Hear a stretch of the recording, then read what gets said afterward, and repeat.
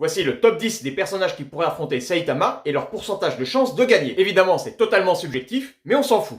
En numéro 10, Yagami Light et son Death Note. Quand un ange de la mort te fait cadeau d'un carnet capable d'envoyer 6 pieds sous terre tes pires ennemis, tu deviens un adversaire sérieux. En inscrivant le nom et le prénom d'une personne et en spécifiant les conditions de son décès, le propriétaire de ce carnet possède une arme destructrice face à laquelle Saitama ne pourrait pas faire grand chose. Seul problème, on ne connaît pas le nom de famille de Saitama. Donc Yagami est une menace sérieuse, mais encore hypothétique. Donc en l'état actuel des choses, Yagami a moins de 5% de chance de l'emporter. En 9ème position, Koro Sensei. Ne vous fiez pas à cette espèce de poulpe jaune citron. Cet extraterrestre est très puissant, rapide, entraîné et fin stratège. Et il résiste à tout. Il peut bouffer une grenade au petit-déj et se brosser les dents avec un missile nucléaire, même pas peur. Saitama devra s'employer, c'est évident. Et s'en sortira-t-il sans une égratignure? Pas sûr. Je donne 15% de chance à Koro Sensei de l'emporter. En 8ème position, Yujiro Hanma. L'ogre est un monstre de puissance et il n'a jamais été blessé ni même touché par un adversaire, sauf s'il le voulait. Ses adversaires, justement, se font pipi dessus lorsqu'ils le croisent. Tu m'étonnes, le gars il a terrassé un éléphant de 6 tonnes de la taille d'un mammouth pour s'en faire un barbecue. Ses ancêtres se battaient contre des tyrannosaures, à croire que l'extinction de l'espèce est liée à la famille Hanma. Alors si tu penses qu'un chauve aux allures de moine tibétain lui fait peur, tu te trompes. Saitama devra véritablement se méfier de ce combattant s'il veut pas se retrouver en convalescence en maison de repos. Je donne à Yujiro Hanma 25% de chance de gagner. En 7ème position, Goku Ultra Instinct. Cette ultime transformation permet à Goku d'égaler voire de surpasser la puissance des dieux de la destruction. Même si c'est pour un temps limité, ça ne fait pas de doute qu'il pourra lui mettre la misère et le repousser dans ses retranchements. Saitama avec les pommettes tuméfiées et le nez qui pisse le sang, ça fait désordre. Goku a une chance sur 3 de l'emporter. En 6ème position,